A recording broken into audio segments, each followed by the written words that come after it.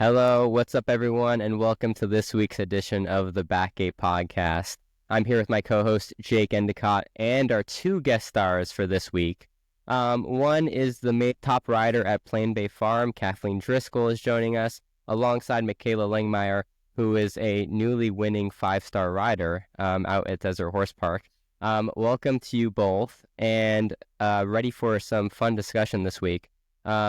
Let's get started with going through each of your guys' journeys. We'll start with Kat. Just talking about your journey to riding at Plain Bay and entering the world rankings, the top 100, and all the success that you've seen over the last couple of years. Yeah, so I've done a little bit of everything on my journey to this point. I started out riding very locally in Maryland, doing, the regional horse shows coming up that way. And I evented a little bit. I did some dressage along the way.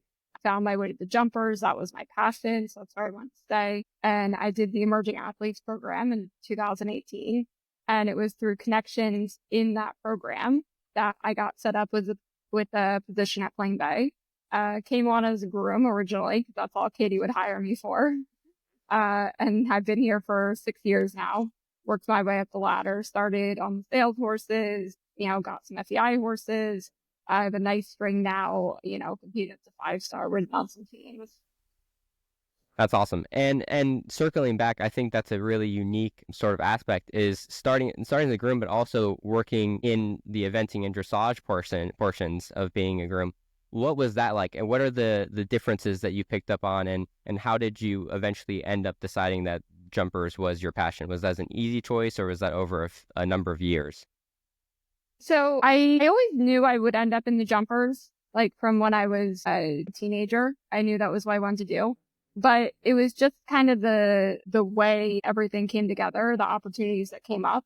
I went to college and ended up dropping out, and I needed a job, and I found a job at the eventing barn. So I thought, okay, let's do it. Let's see what happens.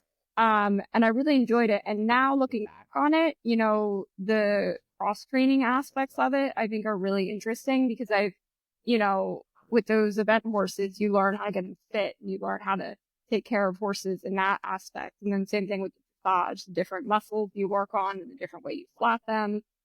So I really appreciate now having that, those various backgrounds, that I can take bits and pieces of it and put it into what we do with the jumpers. Yeah, I think that's something that a lot of people touch on when they talk about with the jumpers, like especially with dressage, the flat work, but actually having someone that been around in that background is super interesting, I think, because a lot of people I feel like don't take the time to really understand those portions of it. So that's very cool. I enjoy the flat work now, I feel like all the jumper riders, like you want to go out and jump every day, but I feel like I have a real appreciation for the flat work. After doing the dressage horses, you realize how much you don't know about how to flat properly. How long did you work at Plain Bay as a groom before you started riding? 2 years. So I would flat a horse here or there, and the first horse that I got to show was one of the homebreds in the meter 30s. So really starting at the bottom and working up. And it just kind of happened over time. It wasn't like one day I walked in the barn and Katie said, okay, great. You're a rider now and here's 8 horses. It was a transition from full-time grooming to grooming and riding, and then riding the little horses and then getting to ride the bigger horses. That's impressive. You don't hear that story very often, at least anymore. Well, I think that's why also too, coming off of that, I mean, it's an incredible story, I think, and it's something that you've been interviewed about numerous times. And I always learn something kind of new every time you talk about that story, because it's such a journey and there's so many components that go into it. But the patience is something that really sticks out to me. Like you said, 2 years working as a groom and just taking little opportunities as they came, and then building on that each time and making something of that is very cool to hear. Yeah, and I feel like the thing that people don't think about when they hear that story, it sounds great. It sounds like a fairy tale. But I'm 31. I'm not that young. I'm not 19 out doing this. It doesn't happen overnight. When you're coming up from that kind of background, and I think that's what people need to understand. It happens over years, like a lot of years. yeah, it's really an emphasis on the journey aspect of it. And yeah, and do you think you took, because you were of a little older, like, do you think you had the maturity then at that phase of your life to go through sort of the fire and say, okay, I'm believing in what I'm doing and taking these opportunities, versus if you went through that at say as a teenager or something? Yeah, for sure. Like when I was younger, I did go to school for a little bit because I had that pressure to do that. And people were telling me that's the route you have to go. So once I was into my 20s and I had made the decision for myself that I was going to do this full time and I was going to make that commitment, then all of a sudden it allows you to, have those opportunities and experiences that you might have when you're younger and you're, dealing with other things going on in your life. Right, right. Awesome. Great to hear. And let's hear from McKayla now, her kind of journey, which is a little bit different, but I'd love to, after we're done with this, compare your guys' journeys. So McKayla, let's start with you, how you started riding and your journey to success now. Yeah, mine is a little bit different. I grew up with the horses and the farm and kind of everything set up in the front yard. From when I was born, basically we had horses. Both my parents are professionals in the industry, which I was fortunate enough to have it kind of already set up for me. And then kind of just been growing up doing it my whole life. We would ride before school, ride after school. Any time we could, we would be out there riding. So it really was something that was always involved in our life. But I wasn't going, to all the prestigious shows right away. It was something, you have to work for. You have to get up to that level and everything. So I did my research personally. Yeah. I have to do research Impressive, Jake. because Trent always says that I don't participate enough in the pre-routine, the lead up. So you won McClay finals and USET, which are both, in my opinion, the biggest. Talent Search is my favorite Yeah, X final. I don't know. I just think it's the best one. And your mom also won McClay final. So how did you feel like it was an extra special feeling to be the first mother-daughter duo to win McClay final? Yes, I started doing the equitation when I was really young. I want to say like 9 years old. I did my first final when I was 11 or 12 in the equitation. And I just remember my first equitation class, I wanted to win McClay finals. That was kind of like, had to happen for me. I remember even in the flat, I'd always sit up a little taller. I'd always, try to just do it a little bit more, as much as I could, I'd always put in 100% on every equitation event, but especially the McClay. Since my mom won it, I would put in 110. I would do anything I could to, get the blue ribbon.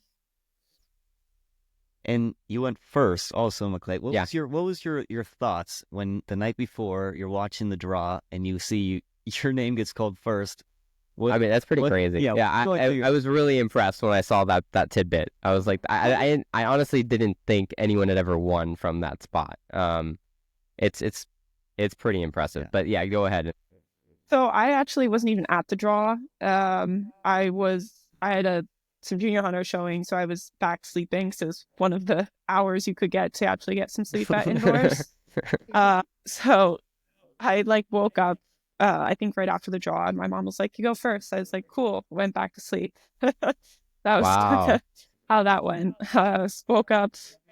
I think we did maybe a lesson at night. And then, walked and went. I honestly preferred going first because it was no nerves. You walked the course, you got ready, you went. There's no waiting.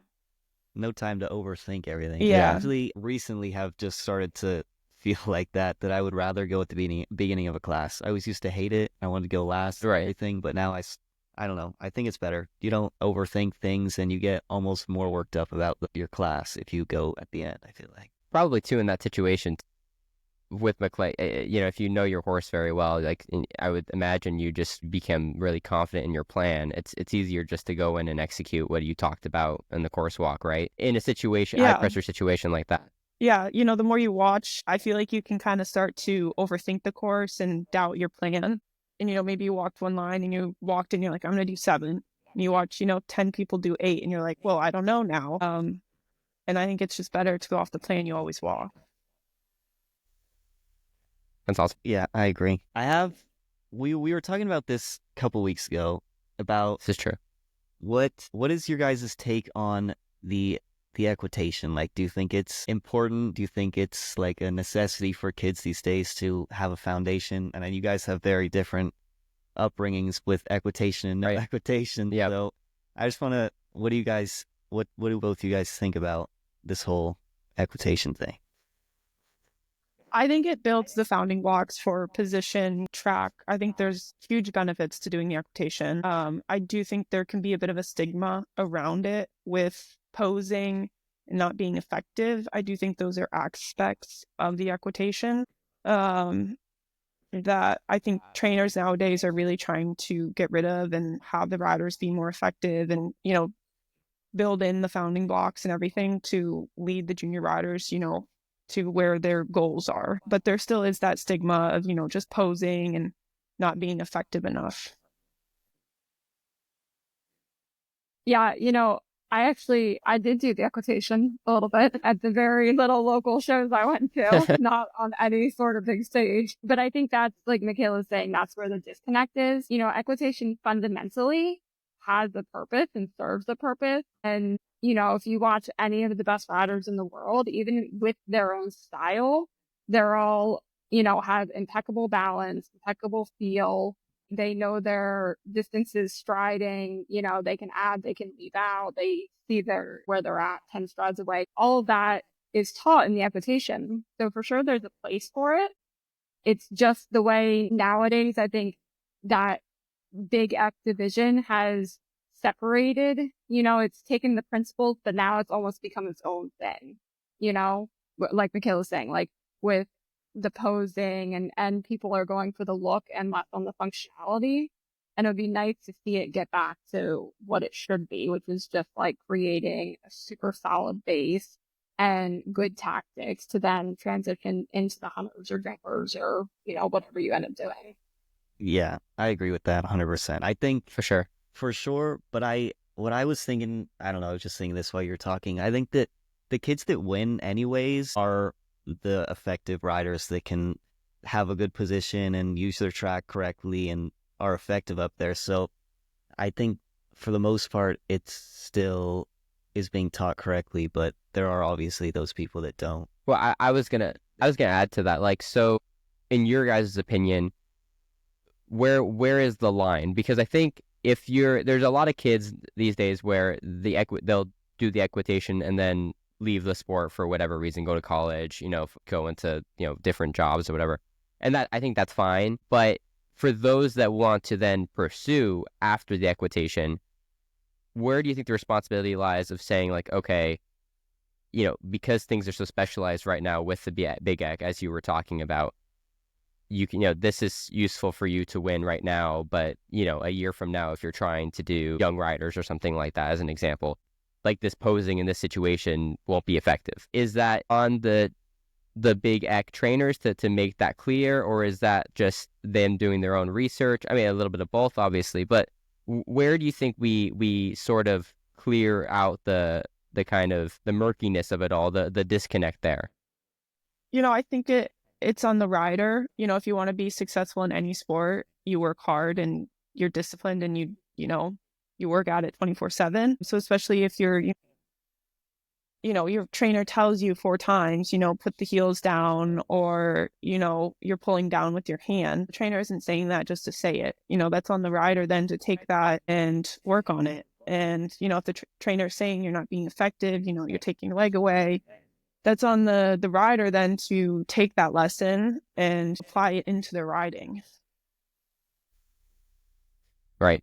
Like the rider taking the initiative to do their own research and then listening as in a situation sort of basis is what you're saying, right?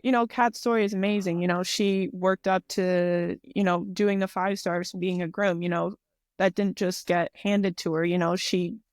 She waited and she was there, she listened, and, any training that she got, worked on it.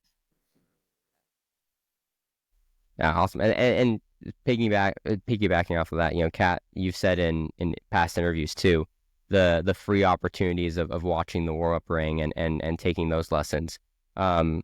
Just talk about that a little bit of and maybe a kid doing an equitation, doing equitation, wanting to do high level jumpers afterwards, taking those type of opportunities to kind of learn more about that side of things. Yeah. So, just my one thing I wanted to touch on with the equitation, because I was just thinking about this. I remember when I was growing up, and I think this is still a little bit of the thought process with some of these kids. I thought like you had to win a final to have a shot at being a Grand Prix rider, and that's, maybe it's changed a little bit now, but 15 years ago when I was a kid, that just seemed to be the pressure that was put on everyone, that you have to do the equitation, you have to win a final, that'll set you up for success. And if you don't win a final, no one's going to know who you are and you're not going to make it. So I think that's maybe why some of these kids get stuck in that division a little bit. Yeah. Because they're so hell bent on winning a final, and then you lose the functionality of it. But back to your question, yeah, I mean, there's so many opportunities out there if you're willing to look for them and reach out.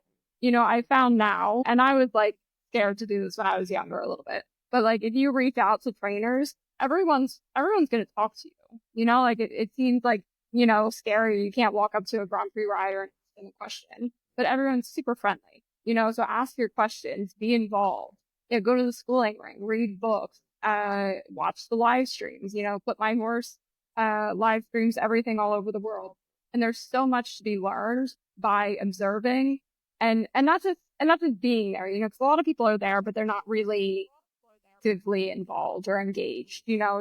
Like, for example, down here in Wellington, we all like to go to the class on Saturday night, but it kind of just becomes a party and everyone's eating and drinking and talking and no one's actually watching the class and learning, There's so much to be learned if you like apply yourself and want it. That's a great point. I think it's easy to get caught up in the atmosphere of it all, but at the end of the day, it's still the same show jumping that we all do during the day, and the same principles. And so, yeah, you should being able to watch the best in the world every single week here in Wellington. We were talking about the other week, is just insane. There's nothing like this circuit, and if everyone looked at it from that mentality, I mean, how much could you learn every single year being here?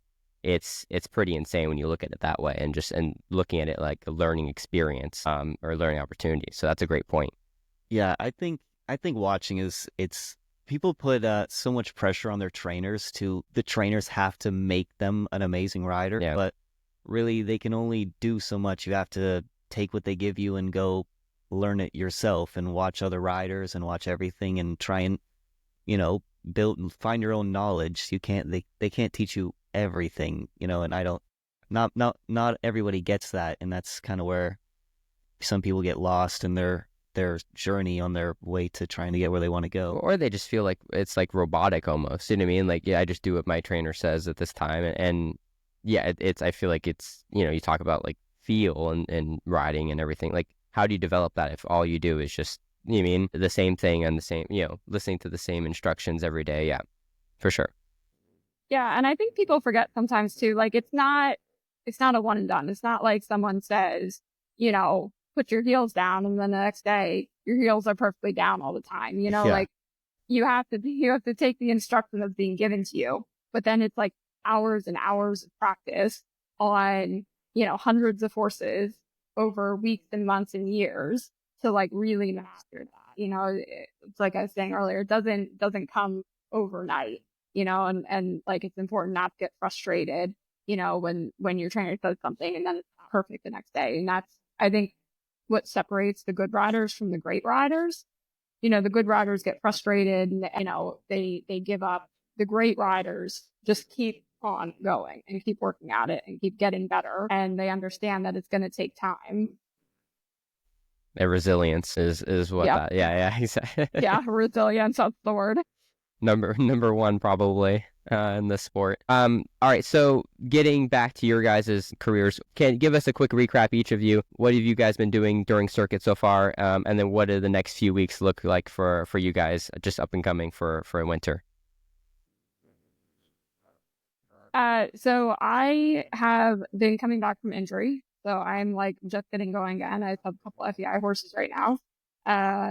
In the 4 stars, like goal for the season would be to have the one horse up 5-star by the end of circuit, and then ideally some teams this spring and summer in Europe.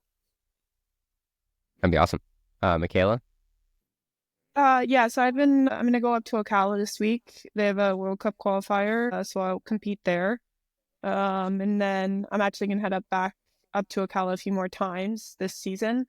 And then the goal is to finish it off doing the 5-star, the finale here. And then probably back up to Canada for the beginning of the summer. Awesome. Very cool. Yeah, we should probably commentate that 5-star finale, I think. Yeah. A little live stream or something like That that. would be cool, yeah. Yeah, I think we've talked about it. We've flirted with the idea. Let's just do our own rival live stream of the class and see how many how many people tune in. That'd be cool. All right. Skipping over from the horse side of things, the Super Bowl was yesterday, and we have to circle back to one of our topics on the back 8. I had my money on the Eagles. We both wanted the Eagles to win, but Jake put his money on the Chiefs. So I think we need to. Did you check? Because I don't remember putting my money on. I think we have to replay the tape. I'm pretty sure you said you did, but I'm the biggest Chiefs hater, I think, of all time. So I would find it hard to believe that I put any sort of money on the Chiefs. Well, I think we're with 2 fellow Chiefs haters right here. So let's just let's get those. I grew up in Pennsylvania, so I'm an Eagles fan all the way through. Good night. I mean, it wasn't even close. Not even complete domination. To watch, I was driving back from Ocala, so I just had it on my phone. I would check here and there, and every time I'm like, oh god, they're just destroying the Chiefs. I do feel bad for Patrick Mahomes because it was his worst game all year. He played terribly. It's so maybe bad. the worst game of his career. Yeah. I mean, it was so fun to watch. And my favorite part was Cooper DeJean interception. Cooper DeJean is a rookie, and it was his birthday actually yesterday too. And he's pretty good. I mean, it was just a good moment it was just hilarious to watch him pick off Patrick Mahomes. It brought me such joy as a Broncos fan to just see it crumble. I mean, Mahomes is gonna be fine, McKayla. I'm pretty sure he's got bad for the guy. He's got what? He's got 3 rings now? No, 3. He's doing just fine. I think the best part might have been the every 20 minutes panning to Taylor Swift in the box, just looking as depressed as can be. She should have just performed at the halftime show and called it a day. Speaking of the halftime show, any thoughts on Kendrick's halftime performance? I feel like the generation that knows him and likes him really loved it, and everyone else had no idea what was going on. It's probably kind of confusing for them, yeah. Yeah, I just keep seeing memes today of all of the old people just watching it in disbelief, not even knowing what to do. My favorite part was him, because there's so many rumors about him playing Not Like Us, and him teasing it the entire show until he finally played it. And then he called out Drake, he looked right into the camera when he did it and smiled. I thought that was hilarious. I mean, that's a good move. I mean, you have to give him credit for that. Yeah. And then Samuel L. Jackson, Serena Williams, random cameos that I never would have. It was very strange. I never would have expected. Drake's ex. Then I found that out. I did not know that. I mean, that is A+ level trolling right there. Yeah, Crip walking to the diss song. Yeah. I mean, talk about petty. He is the key. Yeah. I mean, it's impressive how petty Did you guys is. even see his chain with the lowercase a? I did, but I couldn't figure that out. What is it? A minor. You get it? Yes, I did not. The whole time I was staring at the chain, what is this A? Why is it? Were you really? Yeah. It took me 10 seconds to figure that out. It's not. Yeah. So either way, we'll replay the tape. But I think me and Jake are probably even now because we had a bet during the U25 teams, which did not go my way. So I think we're probably even now, and then we'll have to go wait till like Formula One plays out to see if I make any more money off of him. Okay. So Jake has this segment that he ran for the first time last week with Carly McCutcheon, and it was it a hit? It was interesting. I don't think so. It's this or that with Jake Endicott, and he's not horse related questions. Last time it almost got cut out, but I decided to keep it in, and yeah, I did get a few comments about it. Funny enough, but yeah, so I've asked different for him to. The question out. There's questions are different. Not the same ones. Yeah, he has to change it up every week. So now presenting a lot of brain power. Yeah, so now presenting Jake's segment with two people this time. Go ahead, Jake. Okay, first question. This one was when I just look up this or that questions, and I was pretty excited when I found this one because it was not what I was expecting. But would you rather travel back in time or into the future? Future. Back in time. For sure. Two different answers. There we go. Like back in time, but you get to like retain your information from like currently, right? So you can like win the lottery. Well, yeah, or anything, but just like to money. go back knowing what you know now. Like I feel like makes that would be sense. like super beneficial. Yeah, for sure. Future, why McKayla? You don't know. She didn't think about it. She just ripped it right off the bat. I feel like you don't know. So yeah. A little more exciting? Yeah. I don't know. I'd rather not go back. You already have you learn from your past, so then you can apply it to your present and future to see where you are in your future. And see, Kat is saying, I'm going to learn from the past to go back to the past. Yeah. And do it better. Do it better. That's awesome. All right, different philosophies on that one. Yeah. All right, here we go. All right, next one. Books or movies? Books. Movies. Wow, we are getting a variety of it. All right. I mean, I would for sure be movies. I can't read a book. All right, on the spot, McKayla, favorite book? Fourth Wing. At the moment. Okay. Favorite movie, Kat? I'm a big Harry Potter fan. Oh, okay. See, Just the talking to books are so somebody much the better. other day who was like thinking I was the weirdest person for never watching a Harry Potter. You've never watched Harry Potter? No. Those are like feel good movies now, especially if you have the if you've seen the whole thing through. Yeah, for sure. It's like a late night like popcorn like. There's so many of them. I can't like. There's a lot. Now it'll take me like 2 weeks. All right, next one. Okay, city or country? Country. I feel like I'm the only one that would say city. Oh, okay. There you go. But I'm from like a city, so I think we're both. Yeah. I've never lived in a country or even close to like a countryside. That was new for me this past year, is getting to know country sort of vibe. Yeah. Middleburg, Virginia. Right. Oh, that's country. Yeah, I have been there. It is country to the core. Yeah. There's pretty much nothing. Taco Bell is 30 minutes away, in case you were wondering. That was like one of the first things I looked up. I was like, okay, it's a bit of a drive. You guys have like DoorDash out there? What's the eating options like? They only got Uber Eats like 2 years ago. It's a new thing here. It's just touched in Middleburg. Yeah. Last one. This is the only one that I've ever thought of on my own. Yeah, I could tell. Yeah. Okay, go ahead. Okay. Would you rather text or talk on the phone? Heck, it kind of depends on like who it is, but probably text. I think I would rather text. I don't like talking. I think it depends on the person. I you know what I mean? Like there's definitely people that give off like text vibes and then phone call. I think it also depends on what you're trying to say, because sometimes I don't want to call somebody and then I end up with like a essay of a text. You're like, I regret this, like halfway through. Yeah, exactly. The essay texts are a little like mid writing them. You're almost like, what am I doing? You know, like yeah. That's if I start and I start to be really long, I'm like, okay, that's not worth it. Yeah, delete. But I do get more anxiety like looking at like the contact when I'm like trying to call them. You know, just like staring at it, like ready to press the button. Like I feel like text, you can just be like drop the grenade and just like run. You know. Sure. So when I was gonna call Alon to ask for a job, it took me like a day to actually hit the call button. Just gotta like, I wanted to just text it, but I was like, there's no way. You can't ask somebody for a job texting them, but I didn't want to call. I hate calling. See, I You have find to the actually talk to opposite. somebody. It's way more stressful to text than it is for me just to call No way. someone. You really? can just, Yeah. It's like dropping a bomb. You can just send the text and leave. You don't have to. I'm gonna go take a nap. Yeah, calling. Yeah. I'm with you guys. Calling is stressful for me. I have to call Yeah. all day. I'd rather call someone and for 2 seconds than text it. All right.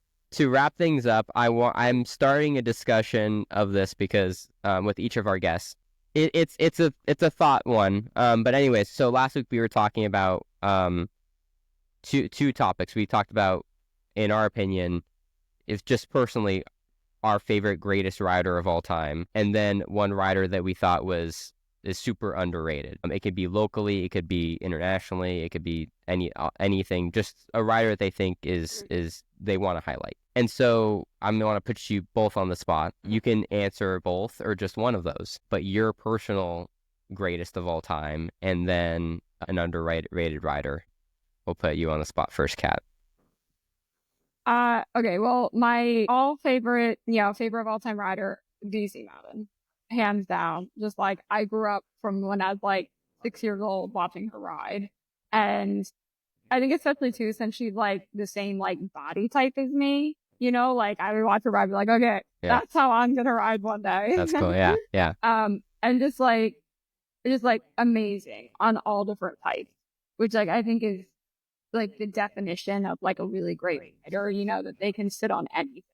Hot horses, cold ones, big ones, small ones, and they all just went amazing for her, throughout her career. So definitely she's my favorite, like, top professional rider. Favorite underrated rider. So I was thinking about this the other day, and like, okay, this isn't like super underrated. He is very good, but I feel like I like forget about him sometimes. Bertram Allen. Yeah. Oh yeah. That's a great answer. Because he's just kind of in the mix a little bit, and and he like hasn't had a good horse for a little while now. Yeah. But I was watching him the other day, and there's a 4-star on this horse, like with a bad front end and whatever.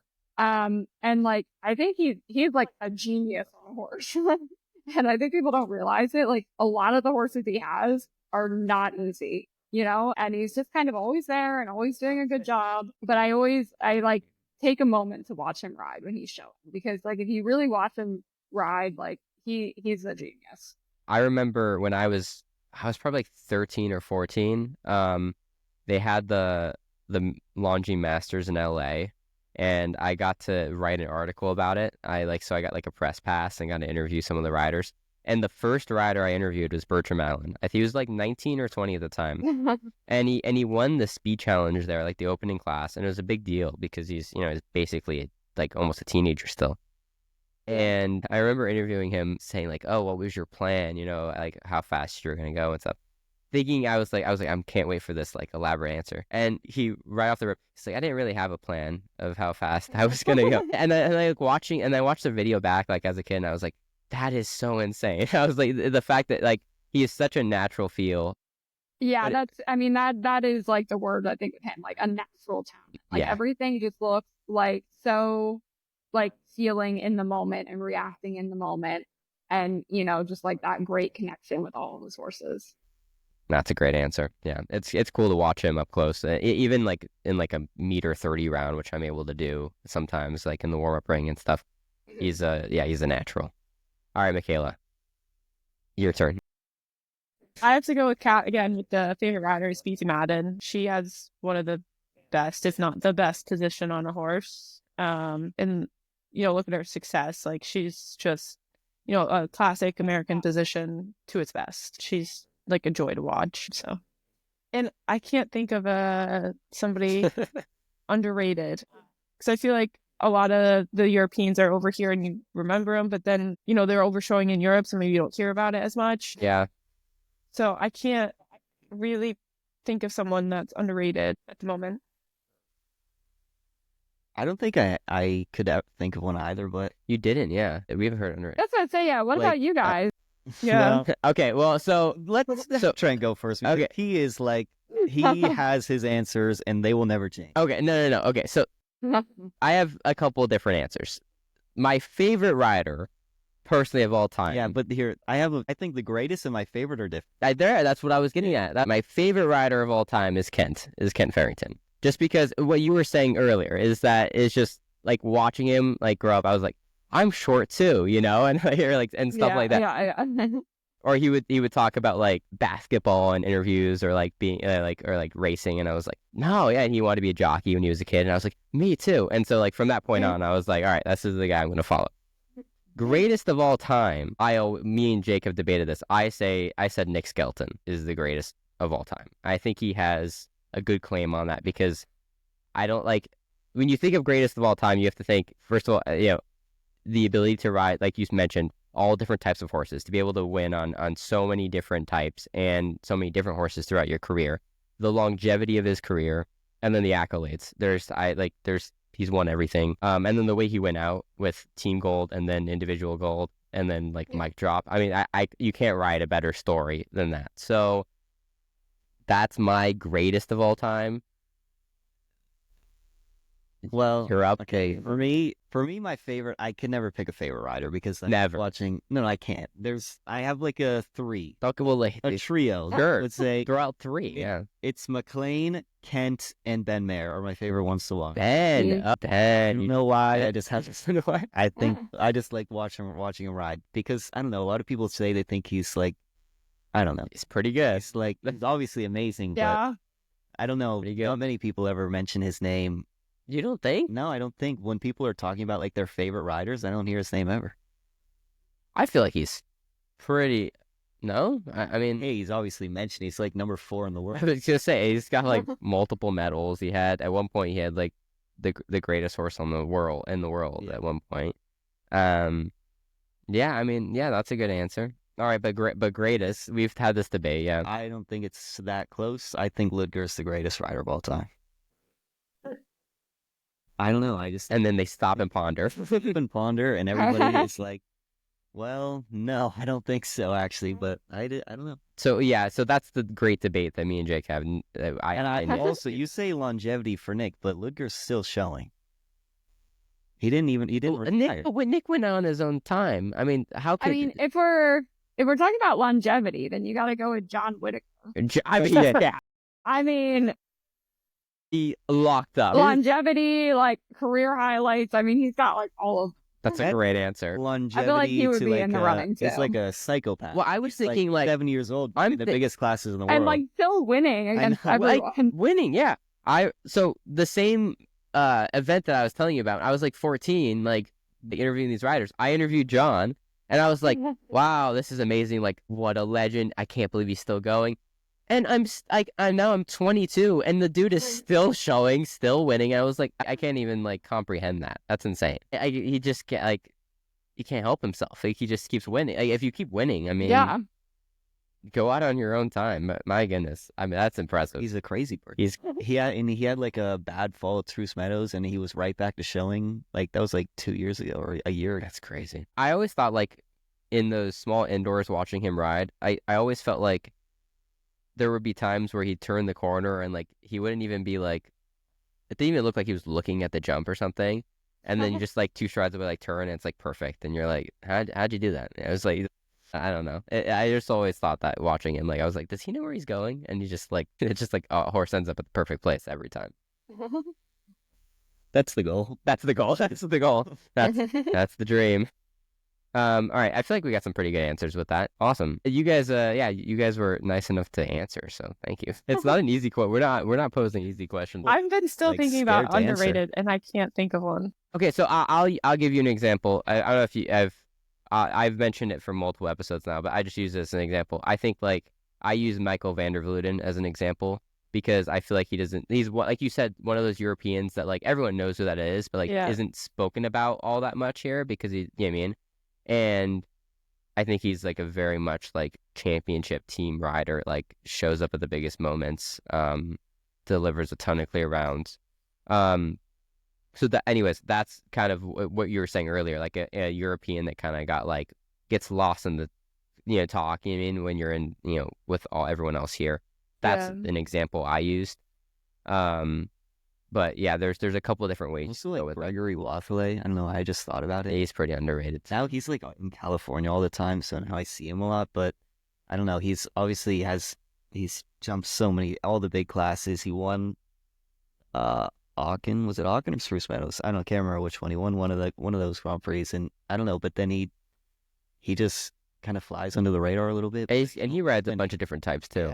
Yeah, I feel like he's pretty, like, he's rides some of those hotter horses too, and he's like very tall, but he's super light and soft with those horses. That's pretty cool. Good answer. Anyone coming to mind? No. No. We're gonna if you can think of one later, we're gonna post it to the Instagram and TikTok. We're gonna say this is McKayla. Yeah, this is McKayla's answer. Awesome, guys. Well, thank you so much for joining us. It was a lot of fun. Great talking to you about each of your journeys, and then talking about the equitation and getting into some non-related horse stuff was pretty fun too. So thank you, guys. Thank you, Cathleen Driscoll, McKayla Langmeier, co-host Jake Endicott, producer Mia Jones. That's another weekly episode in Wellington. 3 in a row. 3 in a row. That is a record. And we're still going to keep going. We got a new guest star next week. It's going to be great. Special thanks to all our fans. Follow us on Instagram and TikTok. Thank you so much. Love you guys. Peace out. See ya.